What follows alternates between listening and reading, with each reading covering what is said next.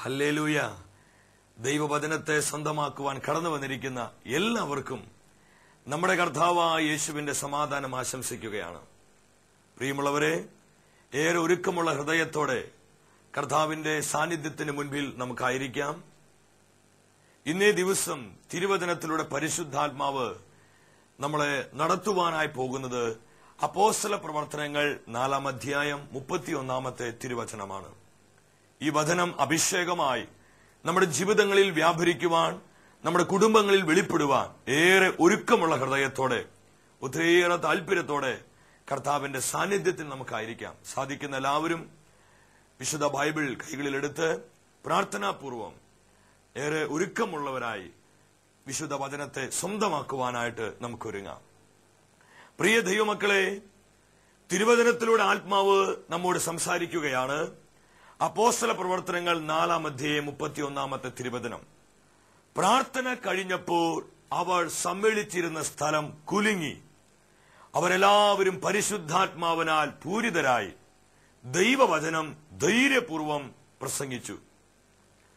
ഈ കാലഘട്ടത്തിൽ സഭാമക്കൾ ഏറെ പ്രാർത്ഥനയുടെ അഭിഷേകത്തിൽ വളരുവാൻ കർത്താവ് ആഗ്രഹിക്കുകയാണ്. ലോക ചരിത്രത്തിൽ തന്നെ അതിപ്രധാനമായ ഒരു കാലഘട്ടത്തിലാണ് ഞാനും നിങ്ങളും എത്തി നിൽക്കുന്നത്.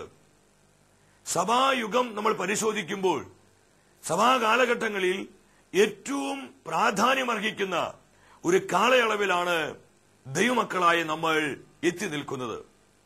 അതുകൊണ്ട് തന്നെ മറ്റേത് കാലഘട്ടത്തേക്കാൾ ഉപരി ഈ കാലഘട്ടത്തിലെ ദൈവമക്കൾ കൂടുതൽ പ്രാർത്ഥനയിൽ വളരുവാൻ, പ്രാർത്ഥനയിൽ ആഴപ്പെടുവാൻ, പ്രാർത്ഥനയുടെ ആത്മാവിനാൽ നയിക്കപ്പെടുവാൻ കർത്താവ് ആഗ്രഹിക്കുകയാണ്.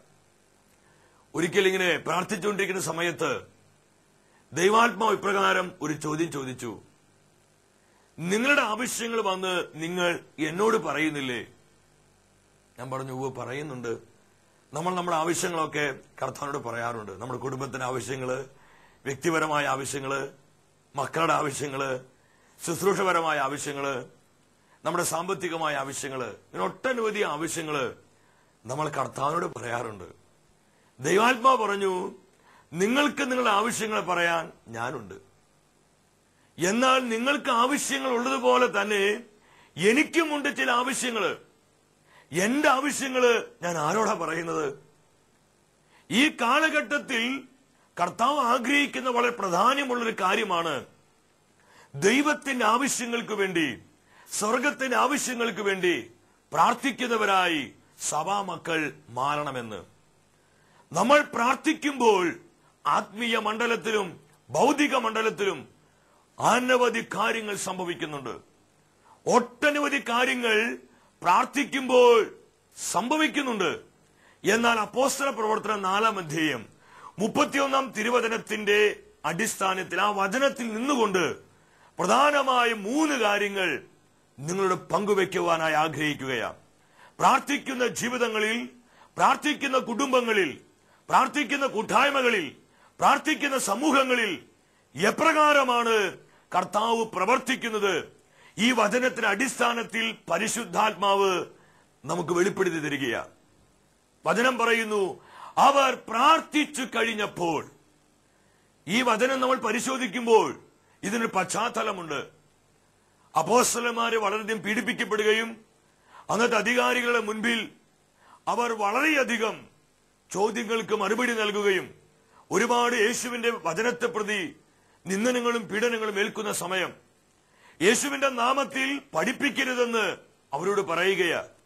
ഈ കാര്യങ്ങളെല്ലാം പത്രോസ് ശ്ലീഹായും യോഹന്നാനും കൂടി ആദിമ സഭയിലെ വിശ്വാസികളോട് പങ്കുവെക്കുകയാ. ഇത് കേട്ട് കഴിഞ്ഞപ്പോൾ ആദിമ സഭയിലെ വിശ്വാസികള്, ആദിമ സഭാമക്കള് എന്താ ചെയ്തത്? അപ്പോസ്തല പ്രവർത്തനങ്ങൾ 4-ാം അധ്യായം 24-ാം തിരുവചനത്തിൽ കാണുവാൻ പറ്റും.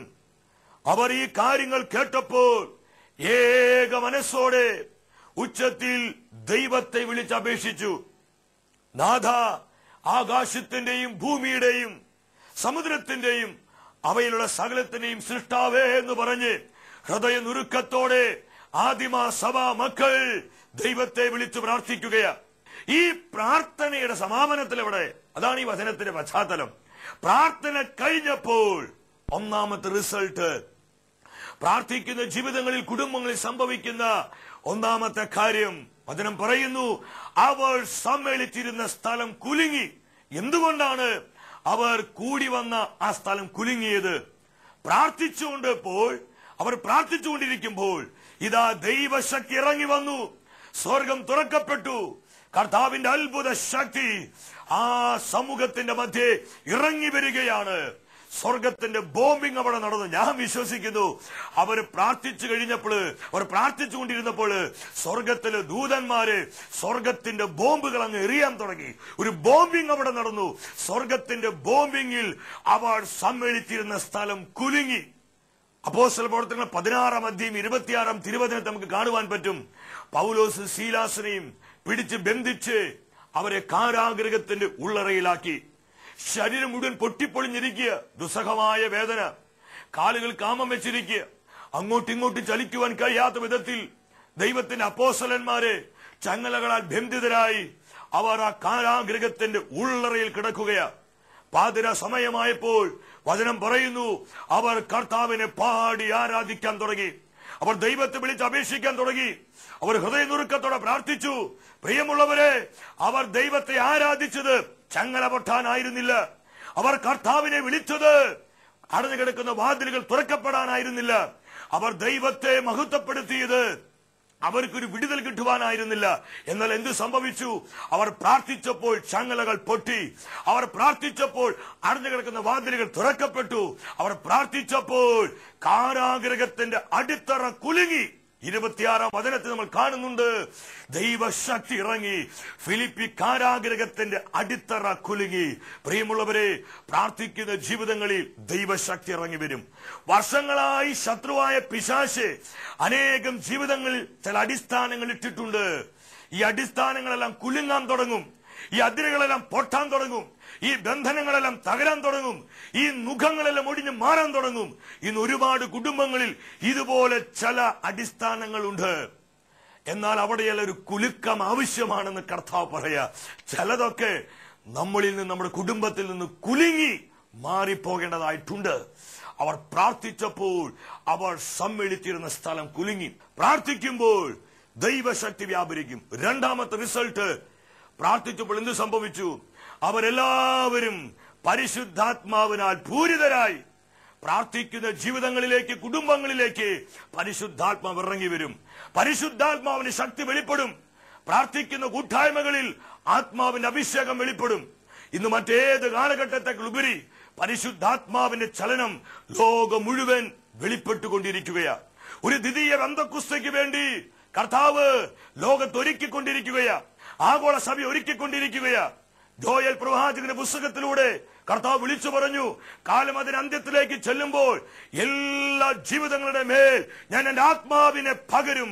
നിങ്ങളുടെ പുത്രന്മാരും പുത്രിമാരും പരിശുദ്ധാത്മാവിൽ പ്രവചിക്കാൻ തുടങ്ങും. നിങ്ങളുടെ യുവജനങ്ങൾക്ക് ദർശനങ്ങൾ ഉണ്ടാകും. നിങ്ങളുടെ വൃദ്ധന്മാരും വൃദ്ധകളും സ്വപ്നങ്ങൾ കാണും. നമ്മൾ പാടുന്നില്ലേ, അന്ത്യകാലത്ത് സർവ ജനത്തിന്മേലും പരിശുദ്ധാത്മാവിന്റെ അഭിഷേകം. ഞാൻ നിങ്ങളോട് ചോദിക്കട്ടെ, എല്ലാ തലങ്ങളിലും പരിശുദ്ധാത്മാവിന്റെ സാന്നിധ്യം വെളിപ്പെടുവാൻ നിങ്ങൾ ആഗ്രഹിക്കുന്നുവോ? കുടുംബങ്ങളിൽ, ദേശങ്ങളിൽ, സമൂഹങ്ങളിൽ, ഭൂഖണ്ഡങ്ങളിൽ, രാജ്യങ്ങളിൽ, വ്യക്തി ജീവിതങ്ങളിൽ, പ്രാർത്ഥന കൂട്ടായ്മകളിൽ, ഇടവകകളിൽ, രൂപതകളിലൊക്കെ പരിശുദ്ധാത്മാവിന്റെ സാന്നിധ്യം, അഭിഷേകം വെളിപ്പെടാൻ നിങ്ങൾ ആഗ്രഹിക്കുന്നുവെങ്കിൽ ഒരിക്കൽ കൂടെ കർത്താവിന്റെ വാഗ്ദാനത്തിൽ വിശ്വസിച്ചുകൊണ്ട് നമുക്ക് ഏറ്റുപാടാം. അന്ത്യകാലത്ത് സർവ ജനത്തിന്മേലും പരിശുദ്ധാത്മാവിന്റെ അഭിഷേകം. പ്രിയ ദൈവമക്കളെ, പ്രാർത്ഥിക്കുക. ആത്മാവിന്റെ നിറവിനാൽ ലോകം മുഴുവൻ നിറയപ്പെടുവാനായിട്ട് പ്രാർത്ഥിക്കുക. പരിശുദ്ധാത്മാവിന്റെ സാന്നിധ്യം വെളിപ്പെടുമ്പോൾ എന്താ സംഭവിക്കുക? പരിശുദ്ധാത്മാവിനാൽ പൂരിതരാകുമ്പോൾ, ആത്മാവിന്റെ ശക്തി വെളിപ്പെടുമ്പോൾ എന്താ സംഭവിക്കുക? പത്രോസ് പരിശുദ്ധാത്മ നിറഞ്ഞുകൊണ്ട് സുവിശേഷം പ്രഘോഷിച്ചു. വചനം പറയുക, പരിശുദ്ധാത്മാവിന്റെ സാന്നിധ്യവും അഭിഷേകവും അവിടെ വെളിപ്പെട്ടപ്പോൾ അത് കേട്ടുകൊണ്ടിരുന്ന സകല മനുഷ്യരും ഹൃദയനുറുക്കത്തോടെ അവരടുത്തേക്ക് ഓടി വന്നു. അപ്പോസ്തലപ്രവൃത്തി 2:38 തിരുവചനത്തിൽ കാണുവാൻ പറ്റും. ഇത് കേട്ടപ്പോൾ നുറുങ്ങിയ ഹൃദയത്തോടെ അവർ ചോദിച്ചു, വാട്ട് ഷാൽ വി ഡു? ഞങ്ങൾ എന്താണ് ചെയ്യേണ്ടത്? രക്ഷ പ്രാപിക്കുവാൻ ഞങ്ങൾ എന്ത് ചെയ്യണം? പരിശുദ്ധാത്മാവിന്റെ സാന്നിധ്യം വെളിപ്പെടുമ്പോൾ ഇതാണ് സംഭവിക്കുന്നത്. ജനം അനുതാപത്തിലേക്ക് വരും, ജനം കൂട്ടമായി മാനസാന്തരത്തിലേക്ക് വരും, ജനം യേശുവിനെ അറിയാൻ തുടങ്ങും, ലോകം യേശുവിനെ അറിയും, രാജ്യങ്ങൾ യേശുവിനെ അറിയും, ഭൂഖണ്ഡങ്ങൾ യേശുവിനെ അറിയും, യുവജനങ്ങൾ യേശുവിനെ അറിയും, കൂട്ടായ്മകൾ യേശുവിനെ അറിയും, സകല മനുഷ്യരും യേശുവിനെ അറിയാൻ തുടങ്ങും. പ്രിയ ദൈവമക്കളെ, ഈ ഒരു ആത്മഭാരത്തോടെ ഈ കാലയളവിൽ നമുക്ക് പ്രാർത്ഥിക്കാൻ പറ്റൂ? സ്വർഗത്തിന്റെ ഈ ആവശ്യത്തിനു വേണ്ടി നമുക്ക് ആത്മനിറവോടെ പ്രാർത്ഥിക്കാൻ പറ്റൂ? എവിടെയും പരിശുദ്ധാത്മാവിന്റെ സാന്നിധ്യം വെളിപ്പെടുവാൻ, പരിശുദ്ധാത്മാവിന്റെ ശക്തി വെളിപ്പെടുവാൻ വലിയ നുറുക്കത്തോടെ കർത്താവിന്റെ ഹൃദയത്തിന്റെ ഭാരം നമ്മുടെ ഹൃദയത്തിലേക്ക് ഏറ്റുവാങ്ങി പ്രാർത്ഥിക്കാൻ പറ്റൂ? ഈ നാളുകളിൽ കർത്താവ് നൽകുന്ന വലിയൊരു ഭാരമാണ് പരിശുദ്ധാത്മാവിന്റെ സാന്നിധ്യം വെളിപ്പെടുവാൻ ദാഹത്തോടെ പ്രാർത്ഥിക്കുക. നമ്മുടെ പ്രാർത്ഥന ഗ്രൂപ്പുകൾ ഉണരേണ്ട സമയമായി, ഈ ഒരു ഭാരം ഏറ്റെടുത്ത് പ്രാർത്ഥിക്കേണ്ട സമയമായി, നമ്മുടെ സഭാ സമൂഹങ്ങൾ ഈ ഒരു ഭാരം ഏറ്റെടുത്ത് പ്രാർത്ഥിക്കേണ്ട സമയമായി. കുഞ്ഞുങ്ങളും യുവജനങ്ങളും ദമ്പതികളും ബഹുമാനപ്പെട്ട വൈദികരും സമർപ്പിതരുമെല്ലാം ഈ ഒരു ഭാരം ഏറ്റെടുത്ത് പരിശുദ്ധാത്മാവിന്റെ ശക്തിയും സാന്നിധ്യവും സകല മേഖലകളിലും വെളിപ്പെടുവാൻ പ്രാർത്ഥിക്കേണ്ട അഭിഷിക്ത കാലഘട്ടത്തിലാണ് പ്രിയമുള്ളവരെ ഞാൻ നിങ്ങളുമായിരിക്കുന്നത്. ഇനി നമുക്ക് ആവശ്യം പരിശുദ്ധാത്മാവിന്റെ ശക്തിയാണ്, പരിശുദ്ധാത്മാവിന്റെ സാന്നിധ്യമാ. നമ്മുടെ കുടുംബങ്ങൾ പരിശുദ്ധാത്മാവിനാൽ പൂരിതരാകട്ടെ. പ്രിയ മാതാപിതാക്കളെ, നുറുക്കത്തോടെ നിങ്ങൾ പ്രാർത്ഥിക്കുക. നമ്മുടെ കുടുംബങ്ങളിൽ പരിശുദ്ധാത്മാവിന്റെ സാന്നിധ്യം ഇറങ്ങി വരാൻ, നമ്മുടെ കുടുംബങ്ങൾ തലമുറകൾ ആത്മവ്യാപാരത്താൽ നിറയപ്പെടുവാൻ വേണ്ടി പ്രാർത്ഥിക്കുക. സഭാ സമൂഹങ്ങളെ നമ്മൾ ഉണർന്ന് പ്രാർത്ഥിക്കുക. പരിശുദ്ധാത്മാവാകുന്ന അഗ്നിയാൽ നമ്മുടെ ജീവിതങ്ങളെല്ലാം ഉണർത്തപ്പെടുവാൻ നമ്മൾ ആഗ്രഹിച്ച് പ്രാർത്ഥിക്കണം. രണ്ടാമത്തെ റിസൾട്ട് അതാ, അവർ പ്രാർത്ഥിച്ചപ്പോൾ അവരെല്ലാവരും പരിശുദ്ധാത്മാവിനെ നിറഞ്ഞു. അപ്പോസ്തല പ്രവർത്തനങ്ങൾ 1:14 നമുക്ക് കാണുവാൻ പറ്റും. എന്താ വചനം പറയുന്നത്? അവർ ഏക മനസ്സോടെ യേശുവിന്റെ അമ്മയായ മറിയത്തോടും മറ്റ് സ്ത്രീകളോടും ഒരുമിച്ചവർ പ്രാർത്ഥനയിൽ മുഴുകി. അവർ ഏക മനസ്സോടെ പ്രാർത്ഥിച്ചു, അവർ ഏക മനസ്സോടെ പ്രാർത്ഥിച്ചു. ഈ പ്രാർത്ഥനയുടെ റിസൾട്ട് എന്തായിരുന്നു? ഈ പ്രാർത്ഥനയുടെ ഫലം എന്തായിരുന്നു? അപ്പോസ്തല പ്രവർത്തനങ്ങൾ 2 മുതൽ വാക്യങ്ങൾ പരിശോധിക്കുമ്പോൾ കാണുവാൻ പറ്റും. കൊടുങ്കാറ്റടിക്കുന്ന ആരവത്തോടുകൂടി ഇതാ പരിശുദ്ധാത്മാവ് സ്വർഗം വിട്ടിറങ്ങി വരികയാ. അഗ്നിനാവുകളുടെ രൂപത്തിൽ അപ്പോസ്തലന്മാരിൽ പരിശുദ്ധാത്മാവ് ഇറങ്ങി വന്നു. 4-ാം വചനത്തിൽ പറയാ, അവരെല്ലാവരും പരിശുദ്ധാത്മാവിനാൽ നിറഞ്ഞു. ഹല്ലേലൂയ! അവരെല്ലാവരും ആത്മാവിനാൽ പൂരിതരായി. 3-ാമത് അവിടെ എന്നെ സംഭവിച്ചത്? അവർ ധൈര്യപൂർവം ദൈവത്തിന്റെ വചനം പ്രസംഗിച്ചു. പ്രാർത്ഥിക്കുന്ന ജീവിതങ്ങളിലേക്ക് പരിശുദ്ധാത്മാവിന്റെ മഹത്തായ ദാനമായ ധൈര്യം ഈ കാലയളവിലെ സഭാമക്കളിൽ വെളിപ്പെടേണ്ട ഒരു ശക്തമായ അഭിഷേകമാണ് ധൈര്യം, ധീരത. ധൈര്യത്തോടെ കർത്താവിന്റെ വചനം അവർ പ്രഘോഷിക്കുകയാണ്. അതുകൊണ്ട് എന്ത് സംഭവിച്ചു? ആദിമസഭ അതിവേഗം വളരാൻ തുടങ്ങി. ആദിമസഭയ്ക്ക് വലിയ വളർച്ചയുണ്ടായി. അനുദിനം കർത്താവിൽ വിശ്വസിച്ച പുരുഷന്മാരുടെയും സ്ത്രീകളുടെയും സംഖ്യ വർദ്ധിച്ചുകൊണ്ടേയിരുന്നു. സഭ വളരണമെങ്കിൽ സുവിശേഷം പ്രഘോഷിക്കപ്പെടണം. എവിടെയെല്ലാം സുവിശേഷം പ്രഘോഷിക്കപ്പെട്ടോ അവിടെയെല്ലാം സഭ ശക്തമായിട്ട് വളർന്നു. സുവിശേഷം പ്രഘോഷിക്കുമ്പോൾ മാത്രമാണ് യഥാർത്ഥത്തിലുള്ള ആത്മീയ വളർച്ചയുണ്ടാകുന്നത്. അവിടെ വിശുദ്ധ പൗലോസ് പറഞ്ഞു, റോമാക്കാർക്ക് ലേഖനം 10-17 വാക്യം, വിശ്വാസം കേൾവിയിൽ നിന്നും, കേൾവി ക്രിസ്തുവിനെ പറ്റിയുള്ള പ്രസംഗത്തിൽ നിന്നുമാണ്. വിശ്വാസം വർദ്ധിക്കണമെങ്കിൽ, വിശ്വാസം വളരണമെങ്കിൽ, മാനസാന്തരം ഉണ്ടാകണമെങ്കിൽ, അനുതാപം ഉണ്ടാകണമെങ്കിൽ, വിശുദ്ധിയിൽ വളരണമെങ്കിൽ, ദൈവകൃപയുടെ സാന്നിധ്യങ്ങളായ ജീവിതങ്ങൾ മാറ്റപ്പെടണമെങ്കിൽ എല്ലാം സുവിശേഷം പ്രഘോഷിക്കപ്പെടണം. സഭയ്ക്ക് കർത്താവ് നൽകിയിരിക്കുന്ന പ്രധാനപ്പെട്ട മിഷൻ എന്ന് പറയുന്നത് സുവിശേഷ പ്രഘോഷണമാണ്. നമ്മൾ ഓരോരുത്തരും ഇത് മനസ്സിലാക്കണം. ഓരോ ക്രൈസ്തവനും വിളിക്കപ്പെട്ടിരിക്കുന്നത് ഈ ഒരു ദൗത്യത്തിലേക്ക്. പക്ഷെ പൗലോസ് അപ്പോസ്തലൻ അതുകൊണ്ട് പറഞ്ഞു, ഞാൻ സുവിശേഷം പ്രഘോഷിക്കുന്നില്ലെങ്കിൽ എനിക്ക് ദുരിതം. ഓരോ ക്രൈസ്തവന്റെയും അടിസ്ഥാന വിളി എന്ന് പറയുന്നത് സുവിശേഷ പ്രഘോഷണത്തിനുള്ള വിളിയ. നമ്മൾ പ്രാർത്ഥിക്കാൻ തുടങ്ങുമ്പോൾ സഭയിൽ നിന്ന് അനേകരെ കർത്താവ് അഭിഷേകം ചെയ്ത് എഴുന്നേൽപ്പിക്കും. നമ്മൾ പ്രാർത്ഥിക്കാൻ തുടങ്ങുമ്പോൾ അഗ്നിനാവുകളുള്ള ശുശ്രൂഷകരെ ദൈവം എഴുന്നേൽപ്പിക്കും. പ്രഭാഷകന്റെ പുസ്തകം 48-ാം അധ്യായം 1-ാം തിരുവചനത്തിൽ നമ്മൾ കാണുന്നുണ്ട്. അനന്തരം ഏലിയ പ്രത്യക്ഷപ്പെട്ടു. അവൻ അഗ്നി പോലെ പ്രത്യക്ഷപ്പെട്ടു. അവന്റെ വാക്കുകൾ പന്തം പോലെ ജ്വലിച്ചു. ഇതുപോലെ ഏലിയാമാരെ കർത്താവ് സഭയിൽ നിന്ന് എഴുന്നേൽപ്പിക്കും. സഭ വളരണമെങ്കിൽ, ജീവിതങ്ങൾ വളർച്ച പ്രാപിക്കണമെങ്കിൽ, കൂട്ടായ്മകൾ വളരണമെങ്കിൽ എല്ലാം ഈ മിഷൻ നമ്മൾ മനസ്സിലാക്കണം. സുവിശേഷം പ്രഘോഷിക്കണം. യേശുവിന്റെ പ്രവാചക ശുശ്രൂഷയിൽ ഞാനും നിങ്ങളും പങ്കാളികളാകണം. പൗലോസ് എഫെസസിലെ സഭയെ നോക്കി പറഞ്ഞ ഒരു കാര്യമുണ്ട്. ഞാൻ വാ തുറക്കുമ്പോൾ എനിക്ക് വചനം ലഭിക്കാനും സുവിശേഷത്തിന്റെ രഹസ്യം ധൈര്യപൂർവ്വം പ്രഘോഷിക്കുവാനും നിങ്ങൾ എനിക്ക് വേണ്ടി പ്രാർത്ഥിക്കുവിൻ. ഇത് വലിയൊരു പ്രാർത്ഥനയാ. സുവിശേഷത്തിന്റെ രഹസ്യങ്ങൾ ധൈര്യപൂർവ്വം പ്രഘോഷിക്കാൻ പ്രാർത്ഥിക്കുക. പ്രിയ ദൈവമക്കളെ, ഞാൻ നിങ്ങളോട് പറയട്ടെ, നമ്മൾ പ്രാർത്ഥിക്കണം. മുട്ടുമടക്കി പ്രാർത്ഥിക്കണം. ദൈവ ശുശ്രൂഷകർക്ക് വേണ്ടി പ്രാർത്ഥിക്കണം. ബഹുമാനപ്പെട്ട വൈദികർക്ക് വേണ്ടി പ്രാർത്ഥിക്കണം.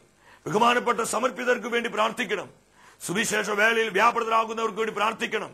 മിഷൻ വയലുകളിൽ മിഷനറി പ്രവർത്തനങ്ങൾ ചെയ്യുന്ന മിഷനറിമാർക്ക് വേണ്ടി പ്രാർത്ഥിക്കണം. അവർ യഥാർത്ഥ സുവിശേഷ ദർശനത്തോടെ പരിശുദ്ധാത്മാവിന്റെ ശക്തിയിൽ മിഷൻ പ്രവർത്തനങ്ങൾ ചെയ്യുവാൻ വേണ്ടി മിഷനറിമാർക്ക് വേണ്ടി പ്രാർത്ഥിക്കണം. ആഗോള സഭയ്ക്ക് വേണ്ടി പ്രാർത്ഥിക്കണം.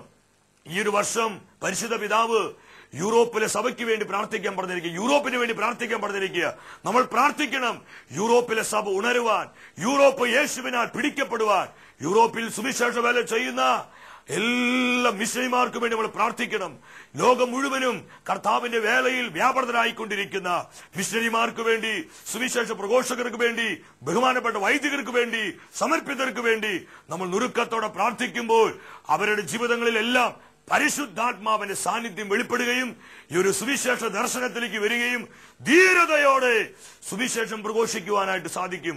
ഇത് ഈ അടുത്ത നാളുകളിൽ പത്രത്തിൽ വന്നൊരു വാർത്ത എന്നെ വല്ലാതെ സ്വാധീനിച്ചു. അഫ്ഗാനിസ്ഥാനിൽ ഒരു മനുഷ്യൻ മൂസ, അദ്ദേഹം റെഡ് ക്രോസ് സംഘടനയിലെ ഒരു ശുശ്രൂഷകനാ. അദ്ദേഹം യേശുവിനെ സ്വീകരിച്ചു, യേശുവിനെ പ്രഘോഷിച്ചു, ധീരതയോടെ സുവിശേഷം പറഞ്ഞു. അദ്ദേഹത്തിന് വധശിക്ഷയ്ക്ക് അദ്ദേഹം വിധിക്കപ്പെടുകയാ. അദ്ദേഹം പറഞ്ഞൊരു കാര്യമുണ്ട്, ഞാൻ മരിക്കേണ്ടി വന്നാലും ഞാൻ വിശ്വാസം ഉപേക്ഷിക്കുകയില്ല. ഞാൻ യേശു ക്രിസ്തുവിനെ പ്രഘോഷിക്കും, ഞാൻ ക്രിസ്തുവിനെ പ്രഘോഷിക്കും, ഞാൻ ക്രിസ്തുവിനെ ഉദ്ഘോഷിക്കും.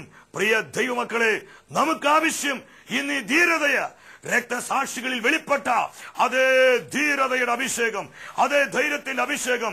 പച്ച ശരീരങ്ങൾ കത്തി എരിയുമ്പോഴും, സിംഹങ്ങൾ കടിച്ചു കീറുമ്പോഴും, അത് വെട്ടി മുറിവേൽപ്പിക്കുമ്പോഴും, കുരിശിൽ തറയ്ക്കുമ്പോഴും, തൊലി ഉരിഞ്ഞുകൊണ്ട് വന്യമൃഗങ്ങൾ വിട്ടുകൊടുക്കുമ്പോഴും അവർ കാണിച്ച അതേ ധൈര്യം, അതേ ധീരത ഈ നാളുകളിൽ നമ്മുടെ ജീവിതങ്ങളിലേക്ക് പരിശുദ്ധാത്മ നൽകാൻ ആഗ്രഹിക്കുകയാ. പ്രാർത്ഥിക്കുന്ന വ്യക്തികളിൽ ധീരതയുണ്ടാകും, പ്രാർത്ഥിക്കുന്ന വ്യക്തികളിൽ ധൈര്യമുണ്ടാകും. നമ്മുടെ കർത്താവ് യഹൂദ ഗോത്രത്തിലെ സിംഹമാ.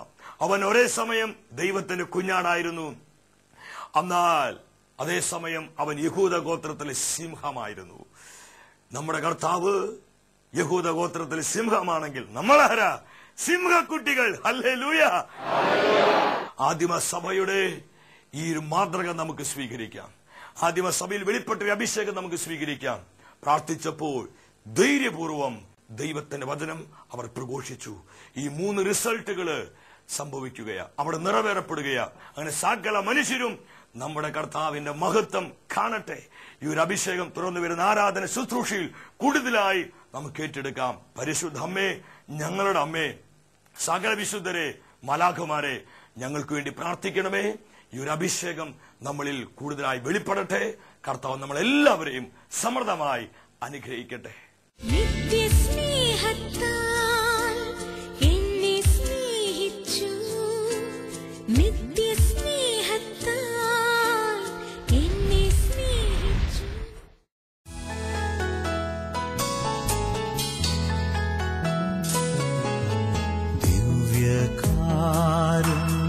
സാന്നിധ്യം എന്റെ ഉള്ളിലേകും ആനന്ദം. ദിവ്യകാരുണ്യ സ്നേഹമല്ലാതെ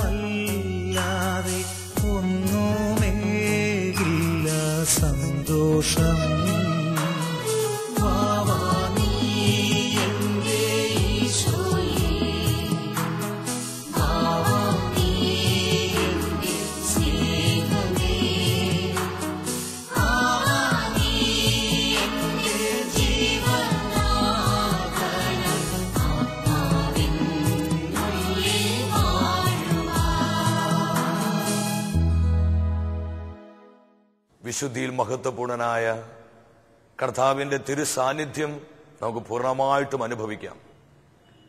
ദൈവവചനത്തിലൂടെ പരിശുദ്ധാത്മാവ് ഇന്ന് നമ്മളെ വഴി നടത്തുകയായിരുന്നു. പ്രാർത്ഥിക്കുമ്പോൾ സംഭവിക്കുന്ന റിസൾട്ടുകളെ കുറിച്ച് ഏറെ ഒരുക്കമുള്ള ഹൃദയത്തോടെ കർത്താവിന്റെ സാന്നിധ്യത്തെ പൂർണ്ണമായി നമുക്ക് സ്വന്തമാക്കാം. ഏതൊക്കെ വിഷയങ്ങളിലാണോ കർത്താവ് പ്രവർത്തിക്കുവാനായി നമ്മൾ ആഗ്രഹിക്കുന്നത്, ആ വിഷയങ്ങളെ കർത്താവിന്റെ കരങ്ങളിൽ പൂർണ്ണമായും ഏൽപ്പിച്ചുകൊണ്ട് നമുക്ക് പ്രാർത്ഥിക്കാം. ദിവ്യകാരുണ്യനാഥന്റെ മുൻപിലേക്ക് നമ്മുടെ കരങ്ങളെ പൂർണ്ണമായി നമുക്ക് യാചനാപൂർവ്വം നീട്ടിപ്പിടിക്കാം. നീട്ടിപ്പിടിച്ചിരിക്കുന്ന കരങ്ങളിൽ നമ്മുടെ വിഷയങ്ങളെ, നമ്മുടെ ആവശ്യങ്ങളെ, നമ്മുടെ നിയോഗങ്ങളെ, കർത്താവ് ഏതൊക്കെ കാര്യങ്ങളിൽ ഇടപെടുവാൻ നമ്മൾ ആഗ്രഹിക്കുന്നുവോ ആ തലങ്ങളെയെല്ലാം പൂർണ്ണമായി നമുക്ക് കർത്താവിന്റെ കരങ്ങളിൽ ഏൽപ്പിക്കാം. ഇതാ ദൈവത്തിന്റെ അത്ഭുതകരമായ ശക്തി ആ മേഖലകളിലേക്ക് എല്ലാം കർത്താവ് പകരുകയാണ്. പ്രാർത്ഥിക്കുമ്പോൾ പ്രവർത്തിക്കുന്ന ഒരു ദൈവമാണ് നമ്മുടെ കർത്താവ്. ആ യേശു ഇതാ വിശുദ്ധ കുർബാനയായി, തിരുവോസ്തിയായി തന്നെ ശൂന്യനാക്കി നമ്മുടെ മധ്യയെ കടന്നു വന്നിരിക്കുകയാ. നമ്മുടെ കുടുംബങ്ങളിലേക്ക് അവൻ ഇറങ്ങി വന്നിരിക്കുകയാ. നമ്മുടെ ആവശ്യങ്ങളിൽ, വിഷയങ്ങളിൽ പ്രവർത്തിക്കുവാൻ കർത്താവിത ദിവ്യ കാരുണ്യമായി നമ്മുടെ മധ്യയെ എഴുന്നള്ളി വന്നിരിക്കുകയാ. ഇരു കരങ്ങളും കർത്താവിന്റെ മുൻപിലേക്ക് പൂർണ്ണമായി നമുക്ക് ഉയർത്തിപ്പിടിക്കാം. നമുക്ക് ആഗ്രഹിച്ച് പ്രാർത്ഥിക്കാം. കർത്താവ് ആഗ്രഹിക്കാത്ത വിധത്തിൽ സകല അടിമത്ത കെട്ടുകളും തകർക്കപ്പെടുവാൻ, പാപത്തിന്റെ രോഗക്കെട്ടുകള്, പാപശക്തികള്, തിന്മയുടെ ആധിപത്യങ്ങള്, സാത്താൻ അടിസ്ഥാനങ്ങളെല്ലാം കുലുങ്ങി മാറ്റപ്പെടുവാൻ, നമ്മളെല്ലാവരും പരിശുദ്ധാത്മാവിനാൽ നിറയപ്പെടുവാൻ, നമ്മുടെ കുടുംബങ്ങൾ പരിശുദ്ധാത്മാവ് നിറയപ്പെടുവാൻ, നമ്മുടെ മക്കൾ പരിശുദ്ധാത്മാവ് നിറയപ്പെടുവാൻ, നമ്മുടെ തലമുറകളിലേക്ക് പരിശുദ്ധാത്മാവിന്റെ അഭിഷേകം നദി പോലെ ഒഴുകപ്പെടുവാൻ ആഗ്രഹിച്ചുകൊണ്ട് പ്രാർത്ഥിക്കാം. ധൈര്യപൂർവ്വം കർത്താവിന്റെ വചനം പ്രഘോഷിക്കുവാൻ, ഈ കാലഘട്ടത്തിന്റെ അഭിഷേകം പ്രാപിച്ച് എവിടെയും ധീരതയോടെ ക്രിസ്തുവിനെ പ്രഘോഷിക്കുന്ന ജീവിതങ്ങളായി നമ്മുടെ ജീവിതങ്ങൾ, കുടുംബങ്ങൾ, സമൂഹങ്ങൾ എല്ലാം മാറ്റപ്പെടുവാൻ ആഗ്രഹിച്ചുകൊണ്ട് യേശുവിനെ വിളിക്കാം. Hallelujah, hallelujah.